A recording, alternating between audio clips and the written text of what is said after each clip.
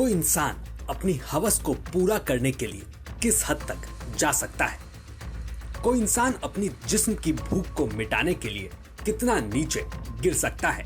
और जब चाहत एक से पूरी ना हो तो कोई इंसान जिस्मानी खुशी के लिए क्या क्या कर सकता है? आज आपको इसकी हद का पता चलेगा। इसकी पत्नी जो है इसके साथ इन दोनों लोगों के अवैध संबंध थे। इन दोनों लोगों के अवैध संबंधों की वजह से इसकी पत्नी अलग से कमरा लेके कुसकेड़ा के अंदर रहने लग गई थी। उसी कमरे में इन दोनों लोगों का भी आना जाना था और इन अवैध संबंधों की वजह से हत्या हुई। यह है शशि, जिसने इंद्रपाल नाम के शख्स के साथ शादी की। पहले से ही शादीशुदा शशि की एक बेटी भी थी। हालांकि फिर भी इंद्रपाल ने इसे अपनाया और शशि से ही शादी की। शादी के बाद इंद्रपाल और शशि अलवर के भिवाड़ी में किराए पर मकान लेकर रहने लगे।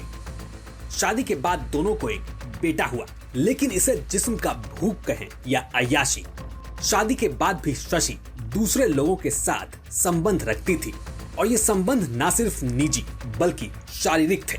इंद्रपाल और शशि के फ्लैट के ऊपर दूसरे फ्लैट में हैदराबाद का बालकांत और फरीदाबाद का कुलदीप किराए पर रहता था। दोनों खुशखेड़ा में प्राइवेट नौकरी करते थे।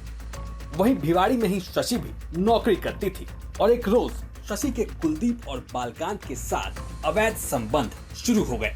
जब तीनों के जिस्म की भूख और बढ़ी तो लगा इंद्रपाल के चलते तीनों को मिलने में दिक्कत हो रही है। जाहिर है पति था तो शशि को कुलदीप और बालकांत के फ्लैट पर जाने में परेशानी होती थी। ऐसे में तीनों ने मिलकर इंद्रपाल को रास्ते से हटाने का प्लान बनाया। हमारी टीम पहुंचकर पूछताछ करती है तो पता चलता है कि इसकी पत्नी करीब 12-13 रोज पहले ही यहाँ से छोड़ के जा चुकी है और पड़ोसियों से और कॉलोनी में रहने वाले लोगों से पूछताछ करने में पता चला कि ये जो दो लोग बालकांत और राधेश्याम उर्फ कुलदीप, ये दोनों लोग वहाँ ऊपर रहते थे, जो दोनों ही घटना के बाद से फरार थे। इसके आधार पे जब आगे अनुसंधान किया गया, तफ्तीश की गई और टेक्निकल एविडेंस से जुटा के टीमें रवाना करके इनको जब दस्तयाब किया गया तब पूछताछ में सामने आया इसकी पत्नी 12-13 रोज पहले यहाँ से चली गई थी। तो इन दोनों लोगों ने इसको ये झांसा दिया कि तिजारा के अंदर एक बाबा हैं जो तांत्रिक विद्या से बता सकते हैं कि तुम्हारी पत्नी कहाँ पर है।